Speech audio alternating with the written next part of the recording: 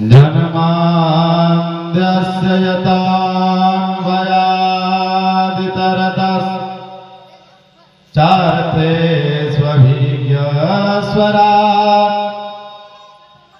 तेने ब्रह्म हृदयादिकवये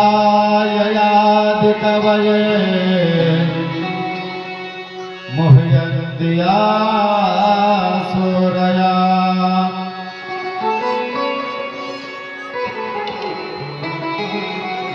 तेजोवारिमृदा यथा विनिमयो यत्र त्रिसर्गो मृषा धाम्ना स्वेन सदा निरस्तकुहका सत्यं परं धीमहि।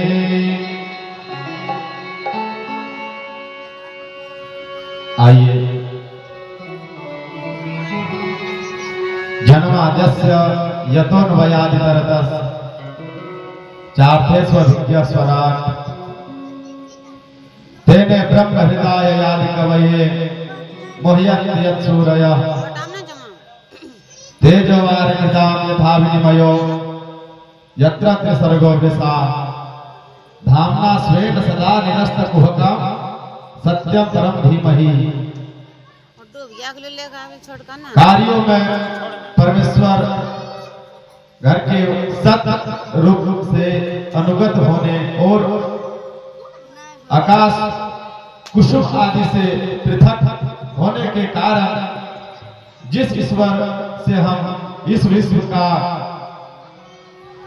सर्ग पालन और संहार होता है तथा जो अपनी बनाई गई वस्तुओं के संदर्भ में स्वप्रकाश है जिसमें संकल्प मात्र से जीवों को वेद ब्रह्मा जी को वेद का ज्ञान प्रदान कर दिया है जिसके संबंध में बड़े बड़े विद्वान भी मोहित हो जाते हैं। जैसे सूर्य की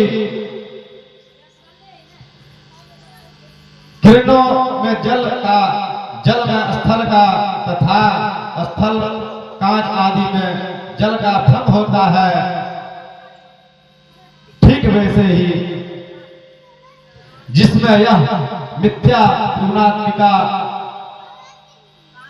सृष्टि सत्य प्रतीत हो रही है ऐसे अपने स्वरूप जैसे मायापति और माया के कार्य में सर्वथा मुक्त उस परमात्मा परम शब्द का हम ध्यान करते हैं परम सत्य का सत्यम परम धीमहि ध्यान करते हैं। धर्मः प्रोक्षित केतवोत्र परम निर्मत्सराणां सदा वेद्यं वास्तवमात्र वसुदं शिवदं तापत्रयोन्मूलनम्। व्यास जी के द्वारा रचित इस सुंदर भागवत में ईर्ष्या रहित परम धर्म का निरूपण किया गया है। इस श्रीमद् भागवत में तीनों तापों को नाश करने वाले जड़ से नष्ट करने वाले परम कल्याणकारी परम आनंददायक सरलता से जानने योग्य परमात्मा की निरूपण किया गया है। श्रीमद् भागवते महामुनिकृते किंगवा परेश्वरा सत्य हृदयवरोध्यते तकृतभिः शुश्रूषुभे तत्क्षणात्। दूसरे शास्त्रों के श्रवण की इच्छा श्रीमद् भागवत शास्त्र के श्रवण मात्र से क्या परमात्मा हमारे हृदय में आकर बंध जाते हैं, किंतु इस पुराण के श्रवण की इच्छा मात्र करने से श्रीमद् भागवत पुराण की श्रवण इच्छा मन हो जाए, श्रीमद् भागवत कथा श्रवण करना है, तो इस श्रीमद् भागवत कथा श्रीमद् भागवत ऐसा ग्रंथ है कि इनके सुनने श्रवण मात्र से परमात्मा हमारे हृदय में आके बंध जाते हैं, हमारे हृदय में आके हमारे चित्त में सम्मिलित हो जाते हैं।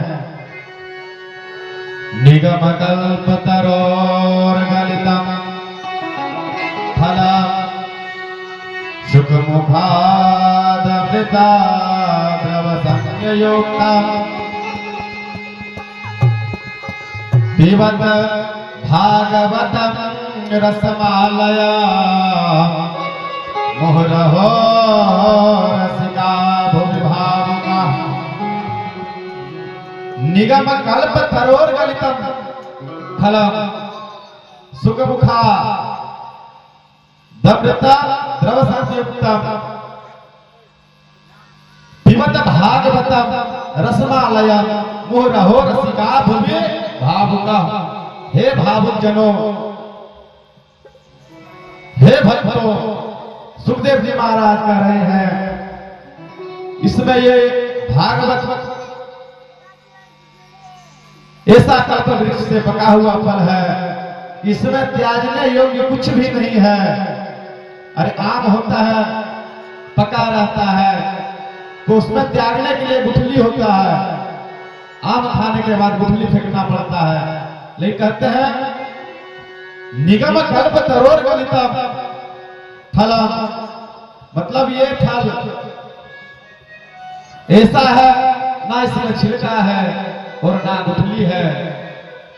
हे भावुक जनों, हे भगवत जनों, सब कोई इसको पियो, कहते लो भला। फल कभी कोई पीने का चीज है क्या? तो ये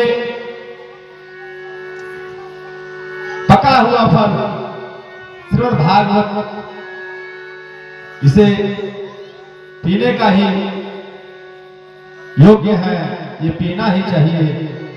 यह श्रीमद् भागवत वेद रूपी कल्प वृक्ष का पका हुआ फल है। सुखदेव जी तोते का मुख